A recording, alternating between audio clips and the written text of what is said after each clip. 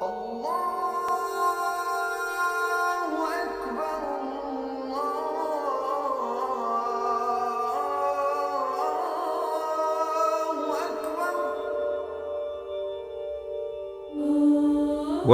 to Understanding Islam, the second series, Standing Before God.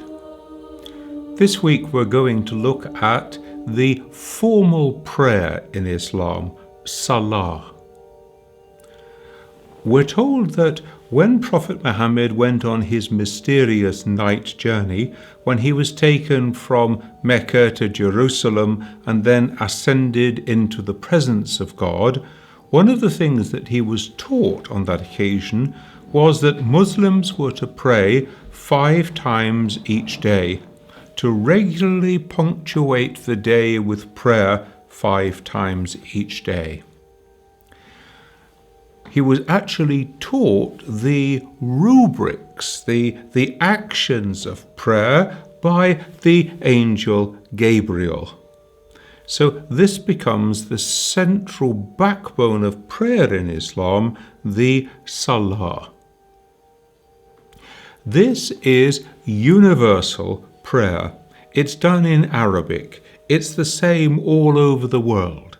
So any Muslim could visit any mosque anywhere in the world, and there they would find the prayer being done in the same language and in the same way. So the universal Arabic nature of the prayer means that those Muslims who do not have Arabic as their mother tongue have to learn certain phrases of the prayers phonetically in Arabic. And they also will learn some verses of the Qur'an so that they can recite them in Arabic during their prayers. Of course, new converts are encouraged to come along and pray in congregation in the mosque so that the prayer leader actually recites the Quran for them. The prayers are timed around the passage of the sun. This means that everyone can see when the sun rises, when it's in the middle of the sky, when it sets, and when it's dark. You don't need to be rich. You don't need to be rich enough to have a watch or be educated enough to read a watch. You don't need anyone to tell you when it's time for prayer. The relationship between God and the human being is direct. Every adult can work out the times of prayer. They are responsible, nobody else. Now, mosques will publish a timetable because, especially in the kind of northern climates that we have in Europe, it's not always so easy to know the precise times of sunset and sunrise and so on. So mosques produce a timetable that guides people in prayers. They have to be done locally, of course, because as you move from one place to another, so the time of sunrise and sunset changes. Now, for each of these prayers, there is a window of opportunity. So it means that there's an allocated time during which prayers can be done. And the 5 times for prayer are, and I'll give you their Arabic name as well, Fajr, which is the prayer before sunrise in the morning. Then Zuhr, which is after the sun has passed the middle of the sky. Asr, in the late afternoon when the shadows lengthen. Maghrib, when the sun has set. And Isha at night time. So 5 prayers timed according to the passage of the sun. Different schools of Islam have different rules about grouping these prayers together and about shortening them. So shortening them perhaps if you are traveling, grouping them together For example, Shia Muslims habitually group these prayers together into 3 occasions of prayer. Other schools of Islam say one should only do this in particular exceptional circumstances. These prayers can be done individually or they can be done collectively. It is better to pray with others if possible. It doesn't have to be in a mosque. It could be in a workplace or in a family home.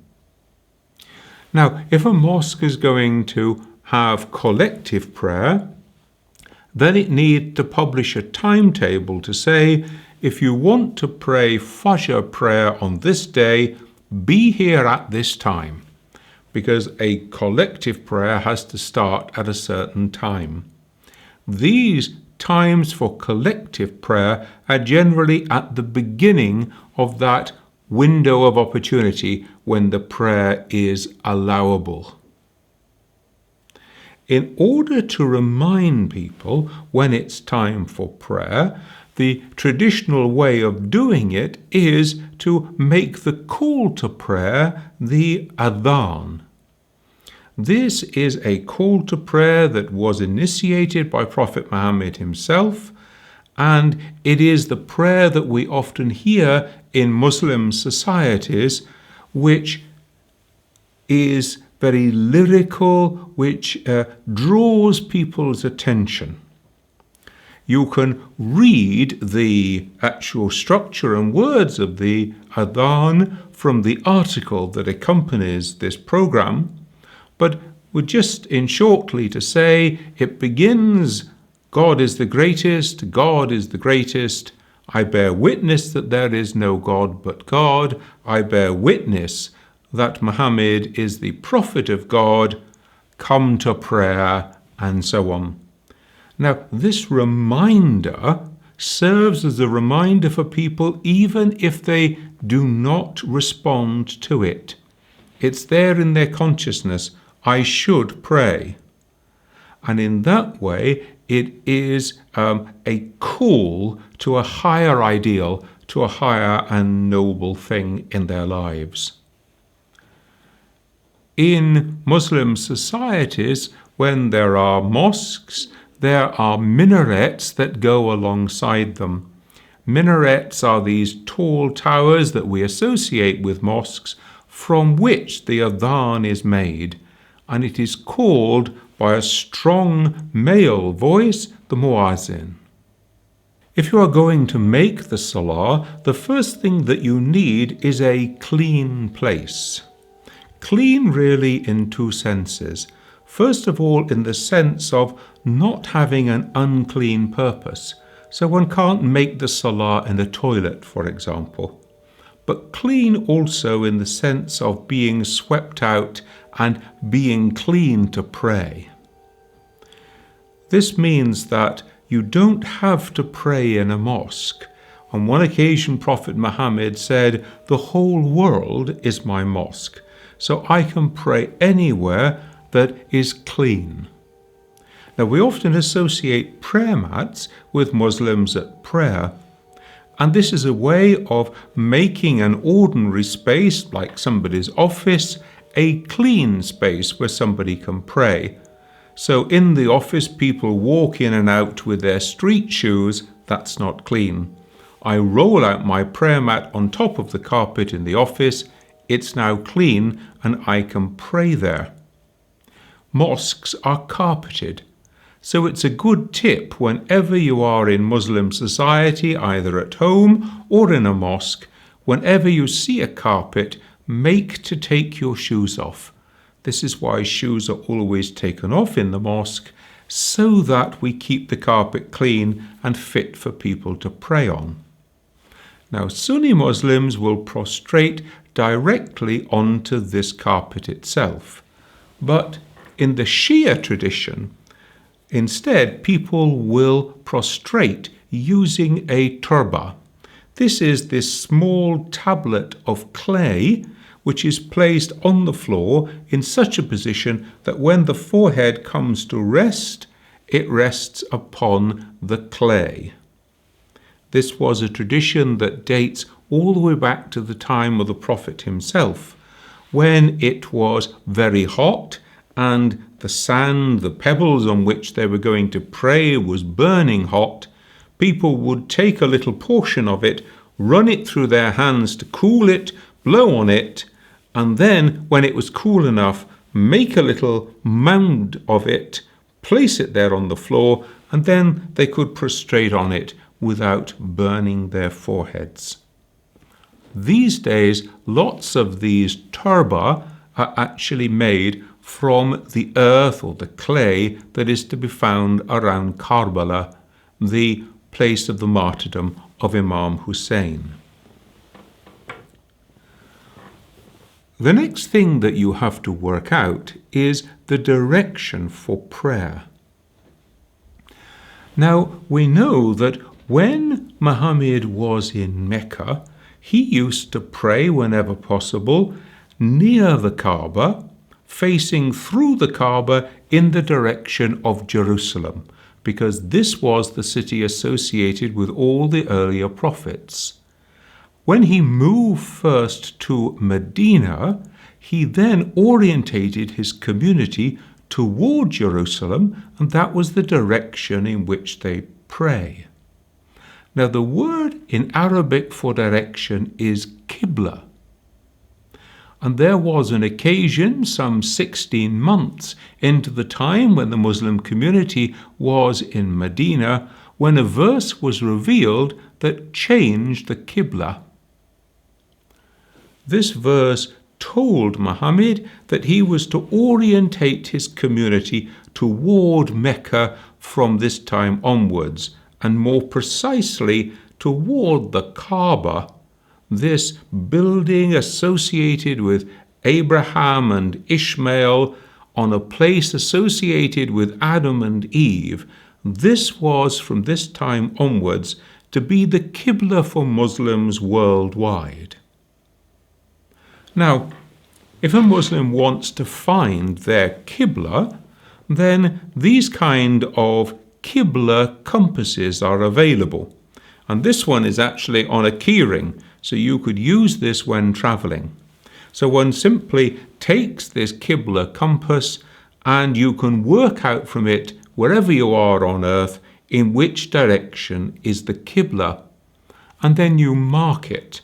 In a mosque, at home, in the office, you mark it in some way so that you know, I need to face in that direction. Now you can see that by everyone facing toward the Qibla, we have one geographical point of union for all Muslims on earth today. It's like the hub at the center of the wheel, and all the spokes push in and point towards that hub. So it is the earthly focus of prayer. But more than that, because the Qibla is not only the focus of prayer for today, but way back through all the centuries and way on into the future.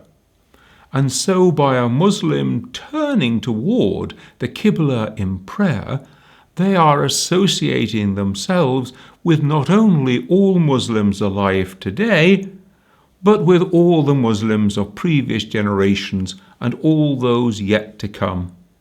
Indeed, we have a tradition that there is also a Qibla in paradise, and that people there will orientate themselves in the same way.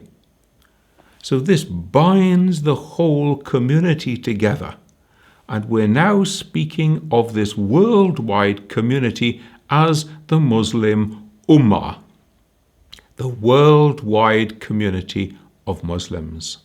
Whenever Muslims come together to pray, Islam hates chaos. If there are two Muslims, one must lead and one must follow. If there are more than two, one congregation, one leader, everybody follows the prayer leader in the movements. Now, this is true whether one's in a mosque or if one is at home. So one of the particular duties laid upon a Muslim mother is that she should establish the routine of prayer at home. You can imagine that if you're a small child growing up in a Muslim family and you see your mother and your aunties and your older sisters and cousins who are coming together for prayer, you want to be part of it. And so in this way, the prayer routine of Salah is caught and passed on to the next generation. Now we have a clean place, but the next thing we need is a clean body. We need to be ritually clean for prayer. Now it may be that I've been outside working in a dirty place and I actually need to be physically clean as well, so I might need to go and take a shower before I am ready for prayer. But there are two forms of ritual purification in Islam. There's ghusl, which is a complete bath in which one is washed from head to foot, and this is especially necessary, for example, after sexual activity or after a woman's periods. The other form of ritual cleansing is called wudu, and this is the normal washing that people will do before prayers each day. And what one does is that one washes the hands and the forearms, one washes the face, the mouth, the nose, the ears, and one washes the feet. Now you can see that these are the parts of the body that one most usually uses for sin. So as one is preparing for prayer, washing these parts of the body, one is recollecting and thinking, what have I said? What have I done? What have I looked at that I need to bring before God to seek for forgiveness? These are also the parts of the body that I use most for work. So what I'm doing is breaking off from my normal work for a while, and I'm instead going to spend some time with God. Now this state of ritual purity or wudu can actually pass from one prayer to the other unless it's been broken, and it's broken by things like sleeping, going to the toilet, being sick, this kind of thing. Now, there are some places around the world where it's not uncommon not to have any water for wudu. God is merciful. God does not want you to use the water that you desperately need to drink in this situation to wash. And instead, there's what we call dry ablutions, when you strike your hands on some clean dust or sand or stone, and then you wipe them on the face and on the hands and forearms. And this again is this ritual preparation for prayer. The final preparation that one needs for prayer is one needs a pure intention, and one should declare this intention, not aloud, but between you and God. This is called niyyah, intention. O God, I intend to pray the obligatory prayer of Fajr of 2 rak'ah. Accept it from me with a pure and humble heart. Each of the times of Salah are made up of cycles of prayer called rak'ah. Once one knows the structure of 1 rak'ah, then one knows the structure of each one of these times of prayer. Certain prayers during the day are obligatory or fard. That means that it's obligatory for every Muslim man and woman over the age of puberty every day to perform these prayers. And there are different numbers of rak'ah in each of these prayers. So the early morning prayer, Fajr, has 2 rak'ah. The middle of the day prayer, Zuhr, has 4. Asr has 4. The sunset prayer, when the sun has set in the evening, is 3 rak'ah. And then the final prayer, Isha, is 4 rak'ah.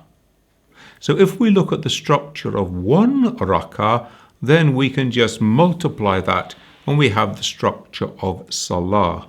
The first element of the rak'ah is that one stands before God with total concentration and total devotion to God, raises one's hands beside one's ears like this and says, Allahu Akbar, God is the greatest. Now this is casting off the world, but it's also focusing all my attention on God alone.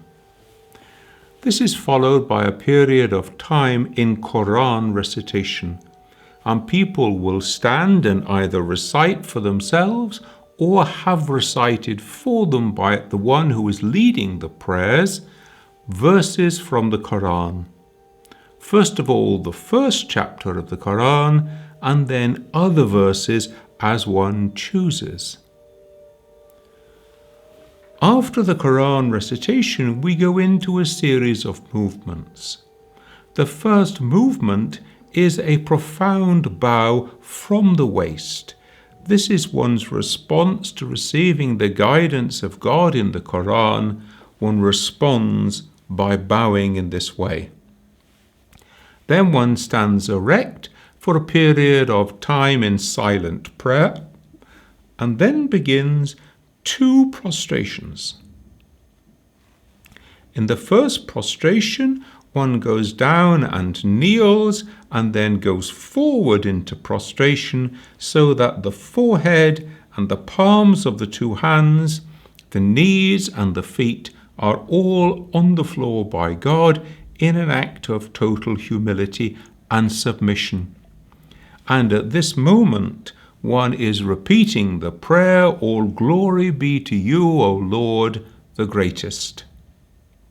Then one sits back on one's heels for a moment and then go into the second prostration. And again, the same form of prostration, and in this time the prayer is, All glory be to you, O Lord, the highest. Then one stands again, and that is the end of 1 rak'ah.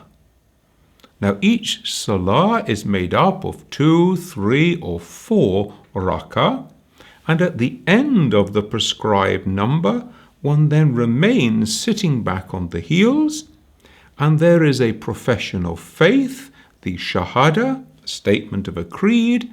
Then blessings are invoked upon the Prophet Muhammad and upon his family, and upon Prophet Abraham and his family.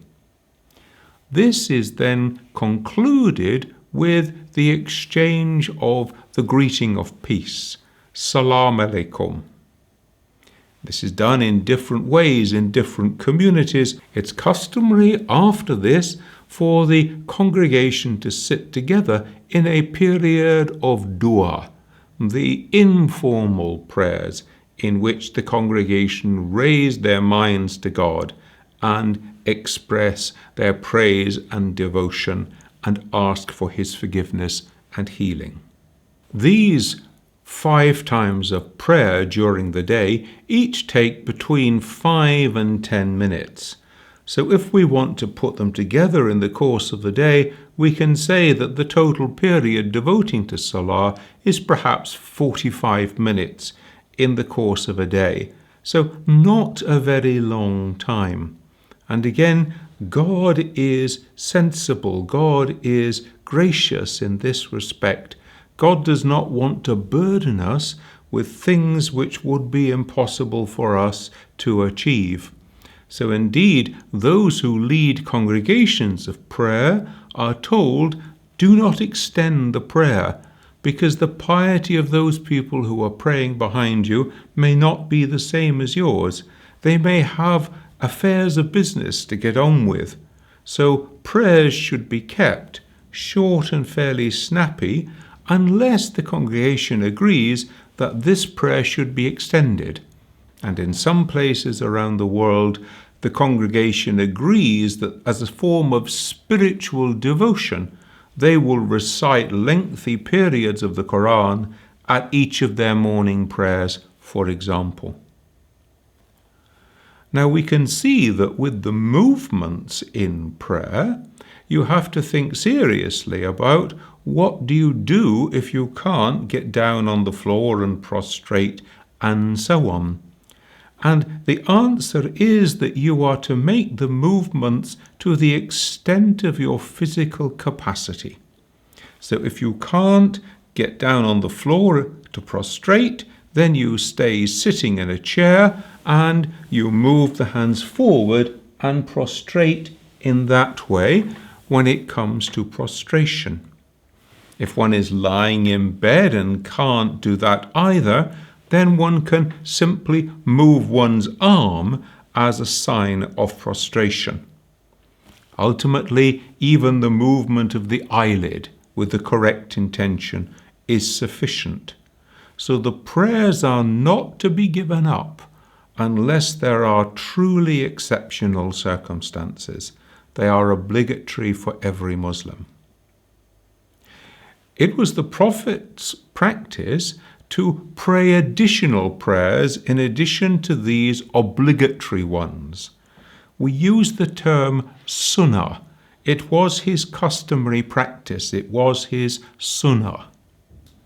And there are different traditions of how many sunnah prayers he prayed, how they were divided before and after the formal obligatory prayers, but it's quite common within different Muslim communities to find people observing some of these sunnah prayers. And they are just the same rak'ah structure repeated again, but it was the Prophet's practice always to change position. So after the obligatory prayers, he would change from one place to another so that he was saying, this is obligatory, this is optional. Know the difference between them. The principal gathering of the week, the principal congregation, is on Friday. This is for what's called Friday prayer or Jummah. This is in the middle of the day on Friday, and it takes the place, it's at the same time as the normal Zuhr prayer. And on this occasion, people will try to congregate together. Now, for a Muslim man, it is a requirement, it is obligatory to congregate together for this Friday prayer, if at all possible. For a Muslim woman, she is invited to come, she has the right to come, she's encouraged to come, but she's not put under the same obligation, because if she was, in traditional societies, women have a responsibility for children and for the elderly. They would be doubly burdened if they had to balance their responsibilities to children and elderly and at the same time get to the mosque for Jummah prayer. Therefore, they come if they can, but if they cannot come, they pray the prayer at home and they receive the same blessing that they would receive if they had come to the mosque.